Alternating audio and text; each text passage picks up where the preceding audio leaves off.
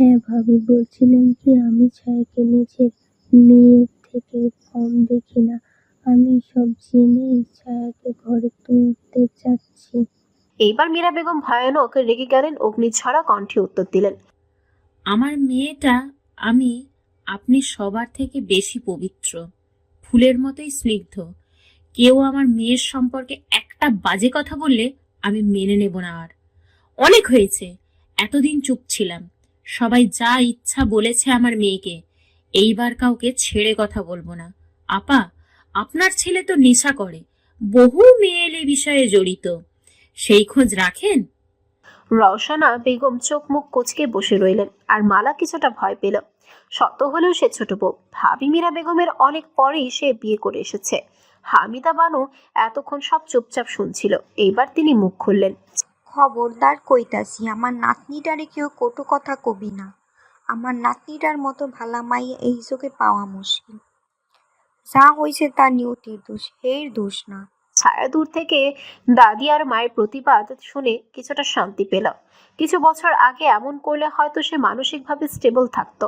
সে আর ওদের সামনে গেল না, নিজের রুমে পুনরায় গিয়ে দরজা লাগিয়ে দিল। রাতে রোজ এসে দরজার অনবরত ঠক ঠক আওয়াজ করছে। মেয়েটা এত চঞ্চলা প্রকৃতির, একদম এক মিনিটও এক জায়গায় শান্তিতে বসতে পারে না, দাঁড়াতেও পারে না। ছায়া এসে দরজা খুলতেই হুড়মুড়িয়ে প্রবেশ করে ঘরে, হাঁপাতে হাঁপাতে বলে, আপু, খেতে আসো। তুই যা, আমি আসছি। রাতে সবাই মিলে খেতে বসেছে। হামিদা বানু কয়েকটা দিন বড় ছেলে রেজাউলের কাছেই থাকবে। আজ বহুদিন পর পরিবারের সবাই একসাথে জমা হয়েছে।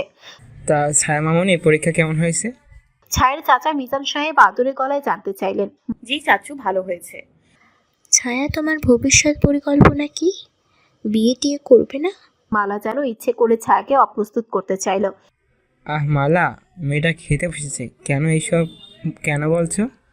সময় জ্ঞানটা আজও হয়নি তোমার। মিজান সাহেব ধমক দিলেন নিজের স্ত্রীকে, বড্ড অপ্রয়োজনীয় কথা বলে। রওশনারা বেগম বেশ আক্রোশের সাথে বলে ওঠে, বিয়ে করবে কিভাবে? পুরনো প্রেমিককে ভুলতে পারলে তো? খাওয়ার টেবিলে সবাই কিছু সময়ের জন্য চুপ হয়ে গেল। ছায়া নিজেও অবাকের শেষ সীমান্তে। একটা দিন নিজের বাসায় এসে শান্তি নেই। এইবার হামিদা বানু নিজের মেয়েকে শাসন করলেন। কেউই ধোয়া তুলসী পাতা না রুশো, কথা সামলাইয়া কইবি। আমার নাতনি লাখে এক, একদম চ্যাটাং চ্যাটাং কথা শোনাবি না। তোর ইতিহাস শুরু করলে শেষ হইব না। রওশনারা বেগম দমে গেলেন। মীরা বেগম সব শুনেও কিছু বললেন না। এখানে বড়রা আছে তাই কিছু বলাটা ভালো দেখাবে না, তবে ঠিক সময়ের অপেক্ষায় থাকলেন। বড়দের খাবার শেষ হলে মিম, ঝিম, রোহান, রোজ, কিয়ারা বসে যাবে। আগে বড়দের খাবার দিয়ে নেই। মীরা বেগম বললেন। আহা, আগে ছোটদের দিয়ে নিতে হয় মীরা। রেজাউল সাহেব মীরাকে বললেন। ওদের খেতে অনেক দেরি লাগবে, তাই বড়দের আগে দিয়ে নিয়েছি। সবাই খেলেও ছায়ার আর খেতে ইচ্ছে করলো না, প্লেটে খাবার বাকি রেখেই উঠে গেল। এই কি মা, খাবার রেখে কোথায় যাচ্ছ? বসো, খাবার শেষ করো। না বাবা, পেট ভরে গিয়েছে। ছায়া চলে যায় উপরে, কারো কথা কানে না নিয়ে। এখানে আর ওদের দেখতে ইচ্ছে করছে না। রোহান, রোজ, মিম, ঝিম আর কিয়ারা খাবার শেষ করে ছায়ার রুমে দৌড়। কাজিন মহলে ছায়া খুবই জনপ্রিয়, তাকে সবাই খুব ভালোবাসে। সবাই এসে ছায়াকে জড়িয়ে ধরল। আপু, আমরা জানো তোমাকে কত মিস করেছি এই এতগুলো। রোহান হাত দুটো দুপাশে ছড়িয়ে ছায়াকে দেখিয়ে বলল। ছায়া রোহানকে কোলিয়ে বসিয়ে বলল, তাই নাকি সোনা? আমিও তোমাকে এতগুলা মিস করেছি। এইটা বলেই রোহানের গালে টুপ করে একটা চুমু খেল। কিয়ারা খুশিতে গদগদ হয়ে বলল, ছায়ার চুলে হাত গুজে। ছায়া কিয়ারাকে তার পাশে বসতে ইশারা করলো। বলতে দেরি হলো, কিয়ারার বসতে দেরি হলো না। ছায়ার গা ঘেঁষে বসে গেল। মিম ঝিম তো ছায়ার বিছানায় উঠে ছায়ার চুলে হাত বুলানো শুরু করে দিল। এই ছায়া আপু, আমি বেনি করে দেই? মিম এইটা বলতে ঝিম না করে দেয়। সে বলা শুরু করে, না ছায়া আপু, মিমকে দিও না, আমি করে দেই বেনি। কে বেনি করে দিবে এইটা নিয়ে মিম এবং ঝিমের মাঝে তুমুল ঝগড়া। মধ্যে দিয়ে রোজ এসে এই দুজনকে টেনে বিছানা থেকে নামায়। ছায়াও ওদের ঝগড়া থামানোর চেষ্টা করে। মিম ধরেছে ঝিমের চুল আর ঝিম ধরেছে মিমের কাপড় লটকে। ছায়া কিছুতেই ওদের ফিরে রাখতে পারছে না। শেষ অবধি একটা বিকট চিৎকার দেয় ছায়া। ওরা সবাই চুপ, একটা যেন ফেরেস্তা হয়ে গিয়েছে। ছায়া মুচকি মুচকি হাসে। এই ঝিম, এদিকে আয়। এই নিম, তুইও এদিকে আয়। মিম আর ঝিম গুটি গুটি পায়ে ছায়ার দুই পাশে দাঁড়ায়। কাল সকালে বেনি করে দেবে মিম, আর দুপুরে করে দিবে ঝিম, ওকে? আচ্ছা। ওরা দুজনে মাথা নাড়ায়, আবার একজন আরেকজনকে মুখ ভেঙচি দেয়, চোখ মুখ কালো করে। তবে তোরা গিয়ে খেলাধুলা কর, আমি একটু ঘুমাই, কাল আড্ডা দেওয়া যাবে। ওরা চলে যেতে ছায়া দরজা আটকে ঘুমিয়ে পড়ে। অরণ্যকে একটা হোটেলে বুক করে নিয়েছে, কিছুদিন এখানেই থাকবে। মেয়েটাকে একা রেখে যেতে ইচ্ছে করছে না তার, কিন্তু ডক্টরদের নিজেদের ব্যক্তিগত লাইফ থেকে বেশি প্রায়োরিটি দিতে হয় রোগীদের। রোগীদের ভালো থাকা আর জীবন ডক্টরদের উপর ডিপেন্ড করে। তাই চাইলেও অরণ্য দুই তিন দিনের বেশি থাকতে পারবে না। এইসব ভাবতে অরণ্য হতাশার নিঃশ্বাস ফেলে। তখনই একজন কল করে অরণ্যকে। নম্বরটা আশিকের। দোস্ত, আহানের বিষয়ে কিছু পেয়েছি। ছেলেটা যেমন চরিত্রহীন তেমন মারাত্মক ডেঞ্জারাস। অন্যের জমি দখল করা, মারামারি তো আছেই, তবে আমি মনে করছি ছেলেটা মার্ডারের সাথেও যুক্ত থাকতে পারে। একটা ভালো মানুষের মুখোশ পরে থাকে সব সময়, প্রমাণ পাওয়া মুশকিল, তবে আমি চেষ্টা করছি। অরণ্য বেশ চিন্তিত হলো ছায়াকে নিয়ে। এসব শুনে রাগের বশে ছায়া আহানকে সত্যি বিয়ে করে ফেলবে না তো? আশিক আবারও বলল, রিসেন্ট আহানের ডিভোর্স হয়েছে শুনলাম। কার সাথে হয়েছে কিছু জানিস? তার এক্স ওয়াইফের কন্ট্যাক্ট ইনফোটা দিতে পারবি? হ্যাঁ অবশ্যই, এটা আর এমন কি। ধন্যবাদ রে, বাসায় আসিস ভাবিকে নিয়ে। হ্যাঁ আসবো, একদিন সময় করে। প্রাণ আর আভিক মিলে আয়, আমরা একদিন বসি। আমি ঢাকায় ব্যাক করলে আড্ডা দেওয়া যাবে। আরো টুকটাক কিছু কথা বলে অরণ্য রেখে দেয়। তার আরো অনেক কিছু জানা বাকি।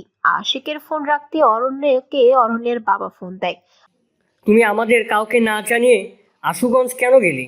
আজমি চৌধুরী বেশ গম্ভীর হয়ে প্রশ্ন করলেন ছেলেকে। 2-3 দিন পর চলে আসবো। আমার জীবনের সবচাইতে মূল্যবান কিছু খুঁজতে এসেছি। কোথায় থাকবে কিছু ঠিক করেছো? এইখানে একটা হোটেল বুক করেছি, ওইখানেই থাকবো। আজমি চৌধুরী ছেলেকে আর কিছু বললেন না। তিনি জানে তার ছেলে অহেতুক কিছু করে না। নিশ্চয়ই এমন কেউ ছেলের জীবনে আছে যার জন্য ছেলে চাকরি বাকরি ছেড়ে তার পিছনেই ছুটেছে। তিনি মনে মনে বেশ খুশি হয়েছেন। যাক, ছেলেটার একটা ব্যবস্থা হলেই তিনি নিশ্চিন্ত। ছেলে যে কাউকে মন প্রাণ দিয়ে ভালোবাসে সেটা তিনি বুঝতে পেরেছেন। এদিকে অরণ্যের মা কেঁদে কেটে একাকার। তার ছেলেটার সবাইকে না জানিয়ে কোথায় গেল? বড়সড় কিছু হয়েছে কিনা? নইলে ছেলে তো এমন করার কথা না। আজমি চৌধুরী নিজের স্ত্রীকে ডাকলেন। শুনছো জেসমিন, নিজেকে শাশুড়ি হিসাবে তৈরি করো তো দেখি। তুমি দেখি বুড়ি টুড়ি হয়ে যাচ্ছ। তোমার ছেলে বউ আসতে যে এভাবে কেঁদে কেঁদে বুক ভাসালে চলবে? জেসমিন খাতুন অবাক হয়ে বললেন, ছেলের বউ শাশুড়ি এইসব কি বলছেন আপনি? অরণ্য কি মাঝে নেই? জানিয়ে বিয়ে করবে ফেলবো। এবার জেসমিন খাতুন পূর্বের থেকে অধিক স্বরে বিলাপ করে কাঁদতে লাগলো। আজমি চৌধুরীর স্ত্রীকে দেখে এগিয়ে এসে চোখের পানি মুছে দিয়ে বললেন, তোমার ছেলে তোমার পুত্রবধূ না, আরেকটা মেয়ে আনতে গিয়েছে। জেসমিন খাতুন এইবার কান্না থামালেন। এরপরেই আত্মবিশ্বাসের স্বরে বললেন, সেটা আপনাকে বলতে হবে না। আমার ছেলের বউকে আমাদের অনুর মতোই ভালোবাসবে। সে হবে আমার আরেকটা মেয়ে। আমি কাঁদছি আমার দুঃখে। আমার ছেলে একটা মেয়েকে পছন্দ করে আর আমাকে বলেনি। আমি কি না করতাম? আমার ছেলের পছন্দ খারাপ হতেই পারে না। ডাকডোল বাজিয়ে তাকে বাড়িতে নিয়ে আসতাম। এইবার তাহলে আমিও বুঝাবো আমি কি জিনিস। জেসমিন খাতুন প্রাণকে ফোন লাগালেন। প্রাণ ফোন ধরতে অরণ্যের মা বলা শুরু করলেন, পাজি ছেলে, সব জানিস, আমাকে বলিসনি কেন? তোর একদিন কি আমার একদিন। প্রাণ ঠোক গিল। অরণ্যের জন্য সে সবসময় ফেসে যায়। সে হতবাক হয়ে কেবল শুনতেই থাকলো অরণ্যের মায়ের ঝাড়ি। অবশ্য মা বেঁচে থাকলে হয়তো এভাবেই তাকে বকত। প্রাণের মায়ের কথা মনে পড়তে দীর্ঘশ্বাস ফেলে, বুকটা চিনচিন করে ওঠে। 4:30টার দিকে ফজরের আজান দিয়েছে। আজানের ধ্বনি কানে পৌঁছাতেই ছায়ের ঘুম ভেঙে গেল। আর মোড়া ভেঙে চোখ দুটো কচলি শোয়া থেকে উঠে বসে টেবিল হাতড়ে ঘড়িটা হাতে নিয়ে সময় দেখলো ছায়া। নামাজের জন্য অজু করে এসে ফজরের নামাজটুকু আদায় করে নিল। নামাজ শেষ হতেই প্রায় 5টা বেজে যায়। ছায়া ধীর পায়ে হেঁটে রুমের জানালাগুলো খুলে দেয়। সকালে নির্মল অক্সিজেন সমৃদ্ধ বায়ু ছায়ার গায়ে এসে লাগলো। ছায়া নাক টেনে একটা লম্বা শ্বাস নেয়। এরপর বেলকনির দিকে যায়। ছায়াদের বাড়ির আঙিনায় লাগানো বকুল গাছ থেকে সমুদ্র ঘ্রাণ আসছে। চারিপাশ মোমো করছে। ছায়া গায়ে ওড়না জড়িয়ে একটু ভোরের সকালটা উপভোগ করতে বের হলো। এই ভোরবেলার প্রকৃতিকে তার অপূর্ব সুন্দর মনে হয়। পাণ্ডুর প্রকৃতির মধ্যে এক নীরব সৌন্দর্য দেখা যায় এই লগ্নে। এই সৌন্দর্য অনেকটা বিমূর্ত। প্রকৃতি যেন আশ্চর্য নিস্তব্ধতায় মগ্ন হয়ে পড়ে। পূব দিগন্তের সূর্য উকিঝুঁকি দিচ্ছে, লাল রক্তিম আভায় ছেয়ে যাচ্ছে পূর্ব দিক। পাখির কলাকলি কানে এসে বাড়ি খাচ্ছে। ছায়া বকুল গাছের নিচে গিয়ে কিয়ৎক্ষণ ফুল টুকালো, এরপর বাড়ির পেছনের দিকে দিল। তাদের নিজেদের শান বাঁধানো দিঘি আছে, তার দাদা ভাই আমজাদ হক থাকতে তিনি এটা বানিয়ে দিয়ে গেছেন। এই বর্ষা মৌসুমে দিঘি যেন কানায় কানায় পূর্ণ হয়ে উঠেছে, পানিতে টইটুম্বর। ছায়া হাতে ফুলগুলো নিয়ে একটা কবরের দিকে হেঁটে গেল। ফুলগুলো কবরের উপর রেখে মায়াময় কণ্ঠে শুধালো, কেমন আছো অরূপদা? এই দেখো তোমার জন্য বকুল ফুল এনেছি। এটা বলে হাঁটু মুড়ে মাটিতে বসে পড়লো কবরের পাশেই। ওনার আঁচল থেকে আরো কিছু ফুল নিয়ে পুরো কবর জুড়ে ছড়িয়ে দিল আদুরে হাতে। পর বহুক্ষণ অনিমেষ তাকিয়ে থাকলো কবর পানে। মনে করতে লাগলো তার ছোটবেলার কথা, তার পুরনো কালো অধ্যায়। ইস, হচ্ছে না কোমল, ভালো করে লেখ। তুই তো দেখছি চাপের সূত্রই ভুলে গিয়েছিস। পি সমান এফ হবে নাকি?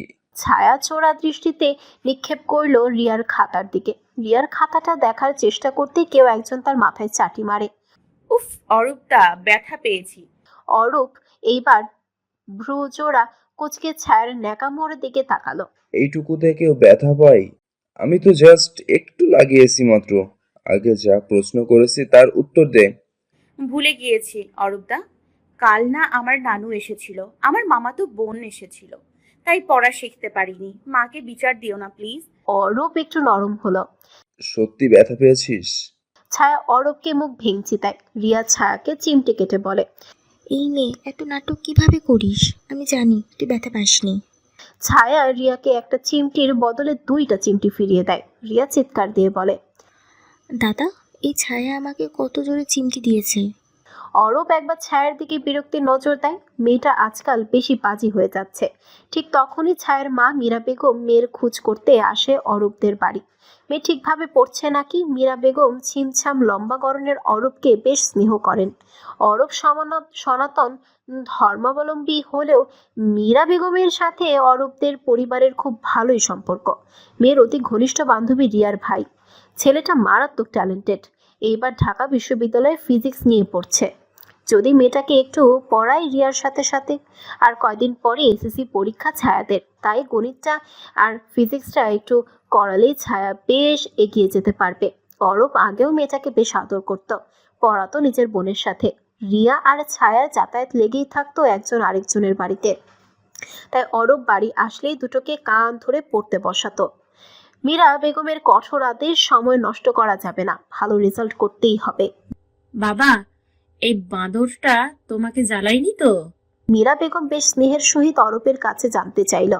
অরূপ প্রশ্রয়ের হাসি হেসে বলল, না আন্টি, পড়া ঠিকভাবে পড়ছে, আর না পড়লেও আমি আদায় করে নিব। পড়া না পড়লে আমাকে ফোন দিয়ে বিচার দিবে। আর কান মলে দিও তো, ঢঙ্গি মেয়ে হয়েছে, এখনো নিচে বেড়ায়। একটা বড় লাঠি দিয়ে যাব, পায়ে মারবে পড়া না পারলেই। আর কয়দিন পরেই পরীক্ষা, আর মাত্র 10 দিন বাকি। টেস্ট পেপারের বোর্ডের কোশ্চেনগুলা তুমি নিজে হাতে ধরে শেষ করিয়ে দিবে। অরূপ মীরা বেগমকে অস্বস্ত করল। আপনি চিন্তা করবেন না, আমার ছুটি আছে 15 দিনের মতো। এই 15 দিনে আমি চেষ্টা করব। মীরা বেগম চলে গেলেন, যেন বুক থেকে ভারী পাথর নেমে গেল।